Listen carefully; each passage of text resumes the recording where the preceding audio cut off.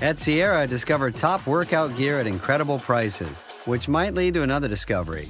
Your headphones haven't been connected this whole time. Awkward. Discover top brands at unexpectedly low prices. Sierra, let's get moving. Hey everybody, welcome to another episode of the No Huddle Show, our Philadelphia Eagles podcast for NJ.com. This is Cayden Steele. We have not recorded in over a month, and that is not by design. I was out at the beginning of the month with the flu. I lost my voice. It was tough to record a podcast for about half the month. Then the holidays came. We haven't been able really to get it back on track with scheduling, but now we're back right in time for the playoffs, and we'll be here throughout the entire offseason. So keep coming back, keep listening as we try to grow the podcast, bring you Eagles news, give you our analysis of the team. And what we're going to do today, me and my co-host Bob Brookover, is we're going to talk about the different playoff scenarios that the Eagles have coming into Week 18. Are they going to play the Niners? Are they going to play the Rams? Are they going to play the Packers? And what it's going to take to play those teams. We break that all down. We also talk about this Week 18 matchup against the Commanders and whether the Eagles are making the right decision by resting their starters. There's different opinions on it. Some people think they should play them. Some people think they should not. The Eagles made their decision, and they're not going to. And was that the right decision? And then lastly, we're going to talk a little bit about just generally where we think this team is. It's been a while since we last came together, and a lot has happened. A 3-game losing streak, now a 3-game winning streak. Really, it's tough to gauge what this team is. So we're going to break that all down. But first, this episode is brought to you by Penco Tech. With 2 convenient campuses located in Blackwood, New Jersey and Bristol, Pennsylvania, Penco Tech has provided comprehensive hands-on career training for more than 50 years, featuring programs in HVAC, electrical, plumbing, and automotive technology, and more. With dedicated instructors and career placement assistants, Penco Tech can give you the skills and confidence for a brighter future. Financial aid is available to those who qualify. Learn more and take the first step by going to pencotech.edu. It's good to be back with you today, Bob. It's been a month since we've been together, so let's get started. We've been out the last month. I had the flu at the beginning of the month. You've recently been sick, so our schedule's been a little thrown off, and there's a lot to catch up about with this Eagles team over the course of the last month since we've talked about you. They had a 3-game losing streak, which they have bounced back from since, beating the Commanders, Raiders, and Bills in a really impressive win in Buffalo this past week. So 3 straight wins after 3 straight losses. They're kind of back on track. They're in the fight for the 2 or the 3 seed this upcoming week, depending on what happens.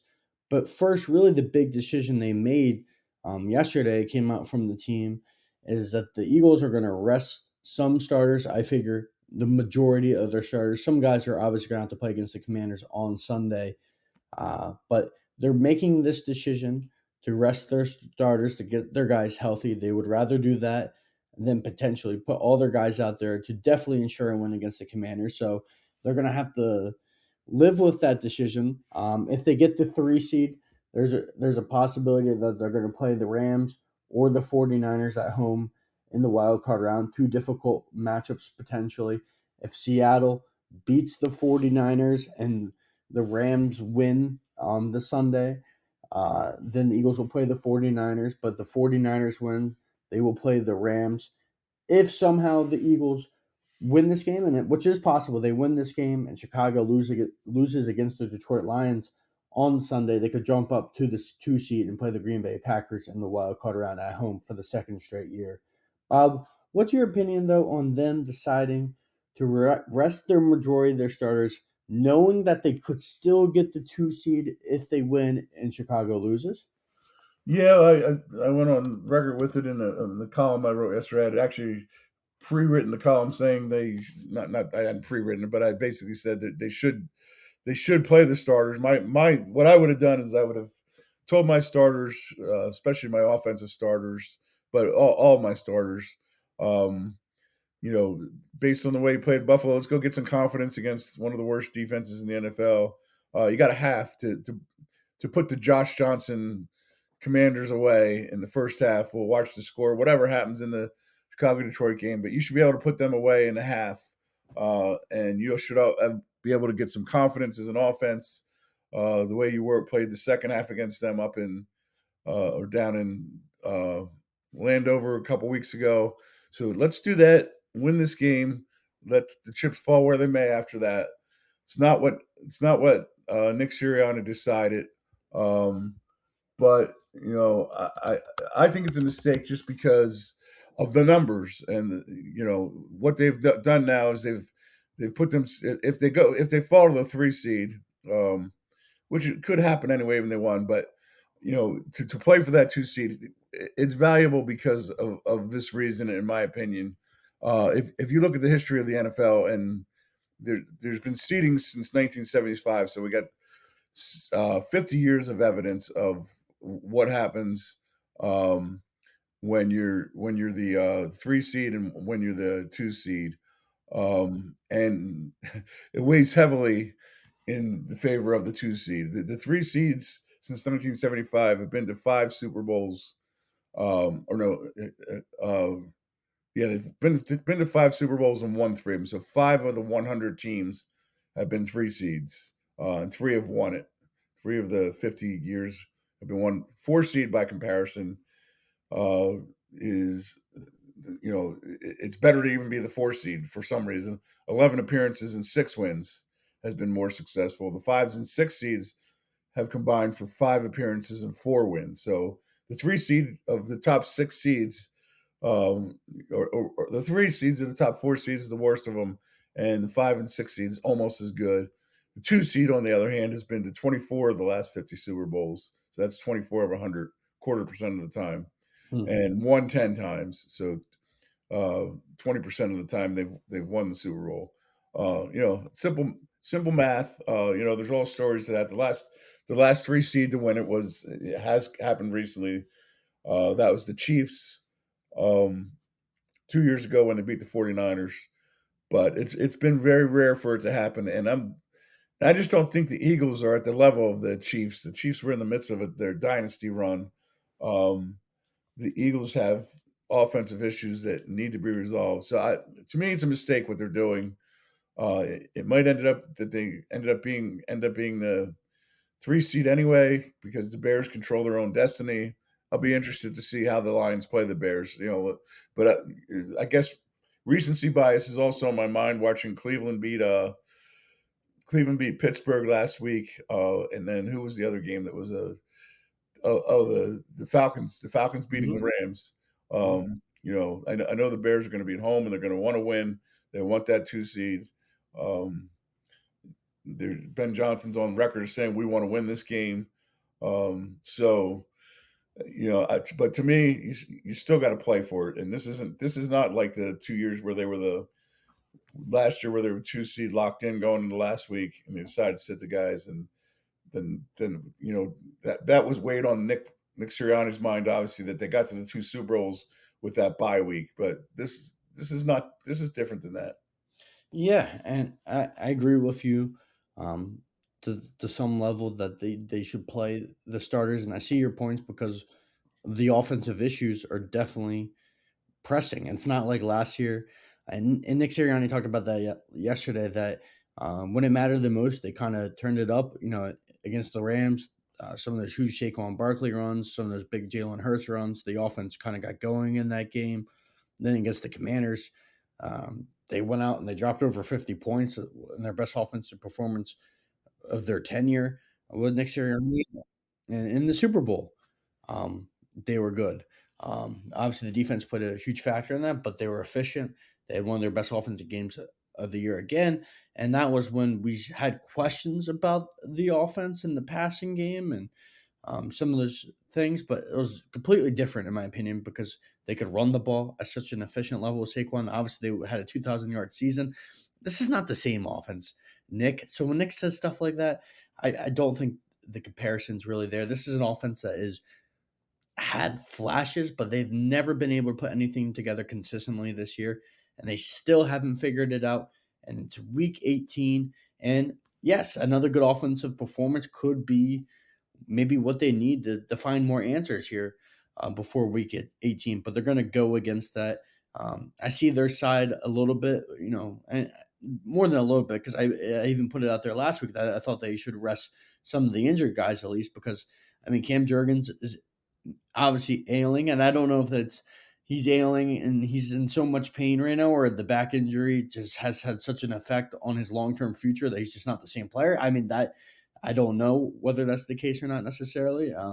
Atlanta Dickerson's been banged up all year, and he just got guys on this team that are injured, and if they're not playing well in the playoffs, they're probably not going to go on a very deep run. So they want to get their guys healthy, and I understand that. But like you said, I mean, history is not on their side there, but more than just history, I mean, those matchups against the Rams and 49ers, in my opinion, are just so much more difficult than what they would face in Green Bay. I watched a Green Bay game on Saturday Night, Bob, when I got my hotel in Buffalo, of a team that looked kind of defeated as a run defense. I mean, Derrick Henry ran all over them at home. They don't seem to have the same level of pass rush without Micah Parsons. And look, Malik Willis actually played really well in that game, and the offense seems like they're figuring some things out, but I don't know if they have enough firepower on offense either to really threaten an Eagles defense that's coming around. They're looking very, very good, arguably just as good as last year, maybe even better, which is crazy to say. Um, and Green Bay just to me doesn't really have it. Whereas like the Rams and the 49ers, like they have something. I know the Rams haven't been playing as well the last month, but they'll get Devontae Adams back. I mean, Matthew Stafford in the playoffs, it's just not a guy that I would want to face. The pass rush that they have with Byron Young and Jared Verse. And the 49ers, I mean, that's a system that the Eagles have struggled to stop before with a lot of outside zone runs. Christian McCaffrey's awesome. He's a great pass catcher. Um, Kyle Shanahan's a really good coach. Those are just two teams that I would not want to face in the first round. So if I'm the Eagles, I'm hoping that Tanner McKee and Tanks Bigsby and those guys are enough to beat Washington on Sunday. And maybe they are, Bob. Do you think the backups of the Eagles and some starters might play? Like I think we might see a guy like Tyler Steen start. We're gonna see Jahan Dotson. Maybe we're gonna have to see some of the edge rushers play because they don't have the depth to not play some of those guys. Like I wouldn't be surprised if Nolan Smith plays. So some of their guys are gonna play. So let's say a little bit of their starters and a lot of their depth players and backups. Is that going to be enough to beat Washington? Because I still think that's what really needs to happen so they can get a more comfortable situation in the first round and not play two of the more tougher teams in the NFC right now. Yeah, Josh Johnson might be what is enough to beat Washington. Yeah, that's true. But Tanner played very well last year against the Giants. I think he threw for 269 and 2 TDs. The Eagles didn't run the ball particularly well in that game, but I mean, we're looking if we base it off that game last year against the Giants. Last year they started McKee, Kenny Gainwell, who's obviously a very good player we've seen this year in Pittsburgh, Johnny Wilson, Jahan Dotson, Grant Calcaterra, Dallas Goedert played a series and they got him the ball, and he was coming off injury. It'd be interesting. I don't think they will do it with Lane Johnson. He was asked about that yesterday. I don't think he will do that. But we're looking at an offensive line on Sunday. It's going to probably be Drew Kendall at center, Brett Toth at left guard. It'll be interesting to see if they play Fred Johnson. I think he will at least start. Matt Pryor will be in there somewhere. They're going to probably elevate somebody from the practice squad to play one of those line positions, I'm guessing. And Calcaterra will play, Granson will play. We'll see as many elevations as they can have from the practice squad. We're going to see all that. I don't think this group of backups is quite as talented offensively as last year. It's probably the same for the defense too. Let's see who they started on defense last year. Yeah, Bryce Huff. There's a name. Thomas Booker, Yes. Moro Jomo, Jordan Davis, Jalen Hunt, and then Trotter will get a start here. We'll probably see Smile Mondon make his first start. Smile Mondon and Trotter will get their first starts of the year. Avante Maddox started last year. Keely Ringo, we're going to see him. Isaiah Rogers started last year, so it was a pretty good team they put on the field last year against the Giants. I'm not sure this team is going to be quite as good. Defensively, we'll be looking at on defense this weekend. Byron Young will certainly be in there. Ty Robinson, we're going to see those guys are going to get played to exhaustion. And like you said, no, Nolan Smith, some. It'll be interesting what they do with Brandon Graham. Um, we'll see some. I'm sure we're going to see some Josh Uche. Um, you Yeah. Trotmont, and we said that already. We're going to see some Jacorian Bennett, Keely Ringo, Michael Carter. This might be Mac McWilliams' big week. Um, and Sidney Yeah. Brown's going to be back in there too. So I would guess we're going to get Michael Carter and Sidney Brown at safety and Mac McWilliams at a corner across from Keely Ringo. So, but the Eagles are still going to be able to play with a Josh Johnson team.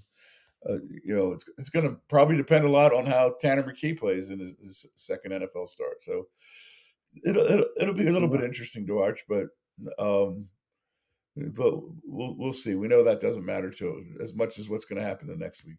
Hey, Bob, don't sleep on Brandon Johnson now. He's been active for Oh, a that's true. couple Brandon weeks. Johnson. I'm sorry, and I He's, like Brandon Johnson. yeah, he's been playing over Mac Williams, which is You're you're kind of right. interesting. Yes, you're So, right. but your overall point holds true. Is this defense as great as they've been this year? And I'm excited to talk about them in a minute because I think we do need to talk about how great this defense is coming into like form right before the playoffs. But the depth on this defense hasn't been as good this season. You've seen that even with the corner situation, and Dory has kind of solidified that over the last month, maybe a little more. But when they were playing Keeley and when they were playing Jacorian Bennett, it was obviously apparent, other than maybe a few moments for Ringo where he thought he was turning a corner, where they just don't have the depth at that position. They don't have the depth at safety. Vic is obviously not a fan of Sidney Brown, and I mean, it's understandable. He just hasn't really developed into the player that they probably thought he was going to be when they drafted him as their Red Star prospect. And Smile Munden really struggled tackling in preseason. He had a strong training camp, but like seeing him out in the field on Sunday, to see him missing more tackles, and maybe this is a look. I'm not like super excited about this game, but maybe we get a Josh Johnson, Tanner McKee shootout, and if that is the case, I'm gonna trust Tanner McKee to win that, just because I think he's more talented, and this is also a big opportunity for Tanner McKee. I'm not sure what the value would be with compensation, but it's another game where he gets to fully start another game that he can put on tape for teams who are interested in this offseason. And there's going to be teams that need quarterbacks, a lot of teams. There's a lot. I think we could see a lot of change this offseason, and maybe a 350-yard performance from Tanner McKee gets him a shot this offseason. So this is a big game for him. So I'm excited to watch that. But overall, this game has a lot of implications for playoff standings. Not as much in terms of entertainment, like it could be a slop fest, but we'll see what happens. But the playoffs are approaching. And like we said, they're going to either play the Rams, 49ers, or Packers. And we'll see what matchup they get on Sunday. But let's just talk about this team big picture wise as they go in the playoffs, no matter who they get. Then we'll kind of, we'll end with who we think they best match up with or what we could see happening here. This is an Eagles team right now that is peaking on defense. They got Jalen Carter back in that Buffalo game. So let's talk about that. They were up, 13-0 at halftime. They were in absolute control, mainly because of the defense, just dominating that first half, getting after Josh Allen. Jalen Carter got a sack in that half. They were causing pressure on Josh Allen. Jalen Phillips was causing pressure, which kind of caused that fumble. They were stopping the run. The defense looked great, and the defense looked great throughout the entire game. It's the reason they won 2 goal line stands, Vic Fangio continues to call a really good game, and these young players continue to just play outstanding. They're getting good pass rush. They have great coverage. The linebacker plays fantastic. Jahad Campbell steps in for Nakobe Dean and plays awesome, which I'm sure is a great sign for the Eagles. You put the rookie on the bench for over a month, and he comes in and he plays the way he did in that game. They didn't really miss too much of a beat. Is really impressive. But then there's the offense, Bob. They look great, pretty good in the first half. I'm not going to say great, but the run game is pretty solid. Jalen makes some really good throws. One where he's escaping pressure, and he throws it down to A.J. Brown down the sideline. A couple other tight window throws in that first half. They were moving the ball at times. They looked efficient. And then in the second half, Bob, they finished with 17 yards. Jalen goes for 0 of 7. They can't run the ball. They're choosing to run the ball when the box is stacked. They're not getting out of these plays. The offense looks like it has no answer. Kevin Patullo again looks like he has no answers. The offensive line didn't play well in that second half. Uh, and it just looks like a mess again. And that's after a 3-week period where it felt like they were going in the right direction, where they were doing under center stuff against the Raiders that looked really positive. Even when they struggled with the turnovers against the Chargers, they felt like they were building in the right direction, doing different things. It felt like that against Washington too, running different things, going in empty, spreading out Washington. They looked efficient for the most part. And then I feel like they took a step backwards in that second half against Buffalo, against a defense that has played well against the passing game this year, but they're one of the worst run defenses in the NFL. The Eagles couldn't run the ball. They couldn't pass the ball. Everything just looked like a mess. And I think now we're back at a concern of, this defense is elite, but is this offense good enough? And I'm not sure. No, I mean that's basically where we're at. Is this offense good enough? You know, it was a little bit of a weird game, and this really hasn't been mentioned too much. I don't think. You know, how much did the weather? And you were there. I wasn't there, but it looked awful on TV. A part of the Eagles' conservative game plan once they go up 13-0. They came out and did start the second half well. Saquon had 2 runs for 15 yards on the first 2 plays of the second half of the third quarter, the first time they get the ball. The one series I kind of just dismiss altogether is the third one where they're backed up to the 1 yard line and the defense makes a goal line stand. And at that point, they run their most successful tush push of the day was, the first down from their own 1. They get the 2 yards to get out of there, but then they only get 2 on the next play. And Jalen was immediately rushed on the third down, 3rd and 6, and had to just take the 2 yards, and they punted from there. So I mean, it was a weird game in that way. What would have been really weird about this game is if the Eagles had lost it because of the Bills' success at running the tush push. The Bills run the tush push better than the Eagles. I don't know why they want to get rid of it, but it was a weird game offensively. They did look good in the first half. Um, you know, uh, they're going to have to be successful running the football. I personally, as I said, I wish I would have got to see them. I don't know how much it would have meant to have success against the Washington Commanders, but just to have the offense going in on a high note, to me, would have been worth playing these guys. Uh, we'll see. Obviously these guys have done it before. As Nick pointed out, they they played their best football of the season last year during the postseason. The offense did, put up all kinds of points. It helped that the defense was great too. Uh, but we'll see. The decision is made. I don't know if you ever saw Ghostbusters. Uh, did you ever see Ghostbusters? No, I'm not like a big I probably haven't watched enough like 80s movies, I'll be The, honest with the Stay Puft Marshmallow Man tells the Ghostbusters, "Choose your maker," and they said, "Well, no, the evil ghost says choose your maker, you. and who's going to destroy them?" And Dan Aykroyd thinks of the Stay Puff Marshmallow Man, and Bill Murray's don't think of anything, don't think of anything, and he thinks of the Stay Puff Marshmallow Man. Okay. The Ghostbusters are all of a sudden slimed by the Stay Puft Marshmallow Man.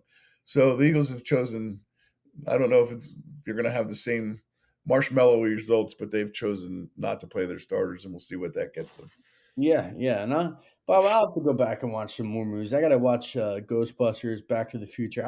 I'm not, I haven't watched any of those movies, and I feel like Well, you weren't alive. I wasn't alive, but I feel like even people my age, they still go back and look back in time and watch those movies. And I gotta do it so I understand more references. I feel like I'm always behind on some references that are gold. So I gotta this all season. I guess sometime I gotta study. I gotta get a notebook out. And Yeah, well, it's not like Ghostbusters was Mozart.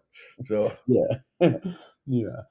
I I'm the thing about that game though, Bob, is like a lot of people look at how Jalen Hurts, and they look at the 0 for 7 number. I thought Jalen played really well in that game for the most part, like especially in the first half, and I think in the second half, just nothing was really there. And I think that alludes to what you talked about, just this conservative nature that they're playing with, and I just don't know if that's sustainable. I think, and obviously to some level, it's by design. That Nick doesn't want to turn over the ball. He preaches ball security, and I mean they win. It's hard to like argue it because I'm kind of in like I go back and forth because the record says they win when they don't turn over the ball. They win at such a high rate. It's worked. It's their formula.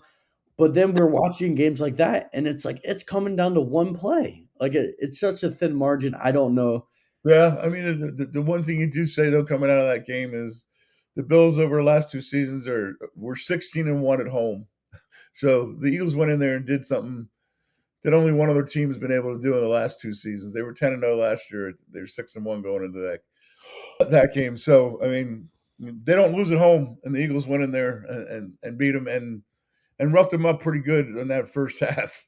The Yeah, Bills did get it going and going late, but to come out of there with a win is no small feat.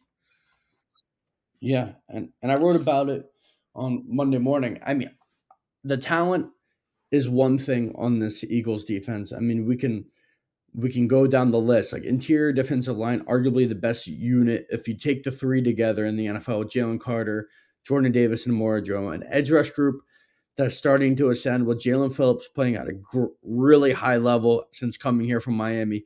Jalen Hunt, I mean, with some of the effort of chasing Josh Allen, I think on like a 17-yard carry, that could have been a lot more. Sacking Josh Allen when Josh Allen was still extending in play, and we've seen it so many times in Josh Allen's career where he escapes that stuff like Houdini and somehow makes something out of nothing and makes a miraculous play. Well, Jalen Hunt didn't let that happen. Jalen Hunt has been outstanding since the bye week, really. He showed flashes earlier this year, but he's been really coming on since the bye week. Looking more like the version that we saw in the Super Bowl, who really whooped up on Joe Tooney last year, like the athleticism, the long arms. Like we saw the potential in that game. I think he kind of started off slow this year. Now all of a sudden he's starting to figure it out.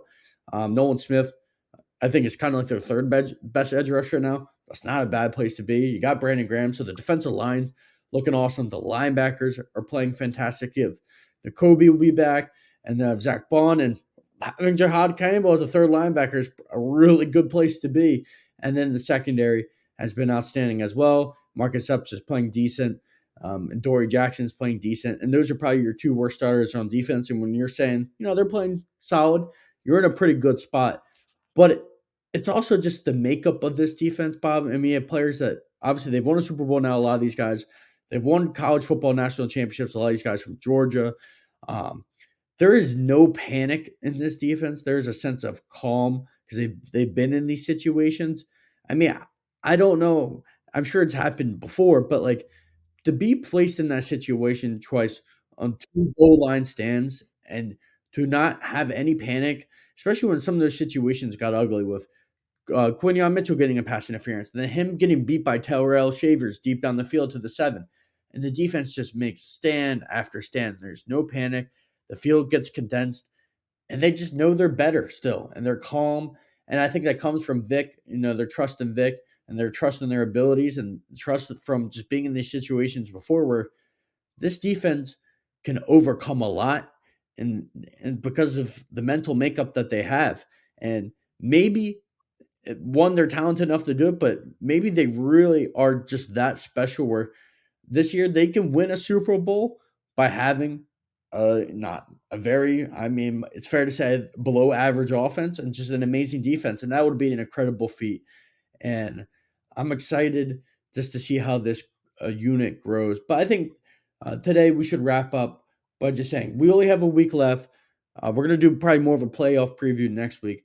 But Bob, where we are right now with this team, with the potential of them playing the Rams, 49ers, or Packers in the playoffs, kind of what's your best guess, your best feel for how this rest of this season is going to play out based off everything you've seen throughout the year with the offensive inconsistencies, the defensive growth, the special teams miscues. I mean, that's another thing we haven't really mentioned. Like Jake Elliott really struggled in that Washington game. He was really, really bad. I mean, they've struggled with kickoff returns all year. I mean, they have some glaring weaknesses on this team, but I keep coming back to how talented they are overall as a roster. Still arguably the most talented roster in the NFL, even with some of these weaknesses.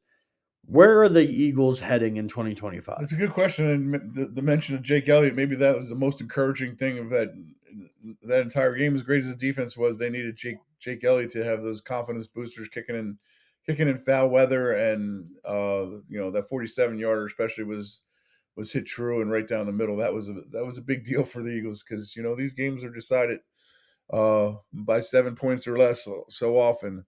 I don't like the fact that they could end up being the number 3 seed. The game I'm fascinated to see this weekend is the Seahawks and 49ers. I would not count the Seahawks out of that game. They've played great football for a long time. They might for the last 3 months, they might be the look at, and I don't know, get away from what you're really asking here, but look at what the Seahawks have done since losing to Tampa Bay at home in October. Since then, they've beaten Jacksonville on the road. They've beaten the Texans. Think how good that team is. Commanders they beat, who stink. Arizona stinks. But then they lost to the Rams by 2 in LA. Beat Indy in there when Indy was still worthwhile thinking about. The Rams beat the Rams at home by a point, and then went and handled Carolina, big game for Carolina, and now they got the 49ers. So I don't think that's a foregone conclusion. And if that happens, the Eagles could end up playing the 49ers in this thing. The 49ers and Rams are both a tough assignment for the Eagles. I think of those two, I'd rather play the 49ers than the Rams just because of how much the 49ers have lost on defense this year. You get by that game, and you got to go to Chicago. Not an easy task either. It's not going to be easy, but the Eagles in my mind are one of 5 or 6 teams that could win the Super Bowl this year. They could also go out in the first round if they don't have their A game. If we see the the type of game they played against the Bears, however many weeks ago that was in late November, they'll be out in one game. But if they come and the defense is really playing at its high level and the offense can be competent, it's a team that could go back to the Super Bowl. I mean, it's all over the map for them, and it's also, you can probably say that just about every team that's going to be in the tournament. So, yeah, and the storylines, I mean, will be so different if depending on what takes place. Because I agree with you that I don't know whether they're going to get bounced in the first or they're going to go to the Super Bowl. Because the NFC to me is pretty wide open. Seattle, Bob, you're totally correct. They're the best team in the NFC right now. They beat the Rams 2 weeks ago on Thursday night in that wild overtime game, but then they went to Carolina, which is not easy for a West Coast team, and they beat them by 17. They dominated most of the second half of that game. And the Rams earlier last month lost to Carolina on the road in the same situation. Sam Darnold's playing awesome, and we talk about great defenses. They have one of the best in the NFL. And they get home field advantage, which I think they can. Like, I know it's in San Fran, and it's going to be a tough game. But I think Seattle's been the better team this year. And San Fran, they've been playing really well, especially the last few weeks offensively. I mean, they've dropped 42 and 48, and that's hard to do no matter what defense you play. And I know Indy's defense hasn't been playing as well recently, and the Bears' defense is hit or miss. But to drop 40 points on any team in consecutive weeks is impressive. But I think Seattle can smother them in a sense on defense and win that game. And then I'll leave us with Eagles 49ers. As good as San Fran's offense has been, and and the challenges it poses with Kyle Shanahan and Christian McCaffrey and that run game and George Kittle and all the different weapons that they have. And I think Brock Purdy's generally a pretty efficient quarterback. It's not going to be an easy matchup, but I just saw the Eagles shut down Josh Allen and James Cook on the road.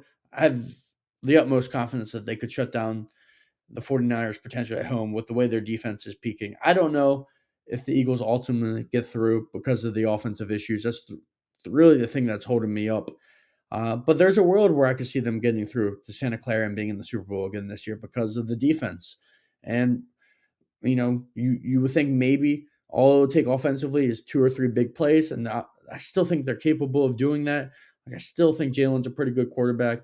And they obviously have the talent in place skill-wise. The offensive line's not as good this year. But, I mean, we'll see what happens. But it's just going to be so fascinating. If they lose in the first round, they might end up firing Kevin Patullo. Roster changes might happen. Howie might be like super aggressive this offseason and turning this roster over in different parts. But if they go in a Super Bowl run and they win it, Kevin Patullo might get a freaking head coaching job. Like, there's so many different scenarios down the stretch here, and I'm excited to see what happens. I really don't know, Bob, and that's the crazy part about this year in the NFL. Bob, I don't know who is the best team. Like, it's so hard to pick. I think this year everyone is kind of similar in the sense that there's a lot of teams with a lot of different strengths, but I think every team has a glaring weakness. It'll be fun to watch. It will. Well, we're almost there. We're almost there, thankfully. Thankfully, we're almost there. But we'll have to watch this Washington game on Sunday, though.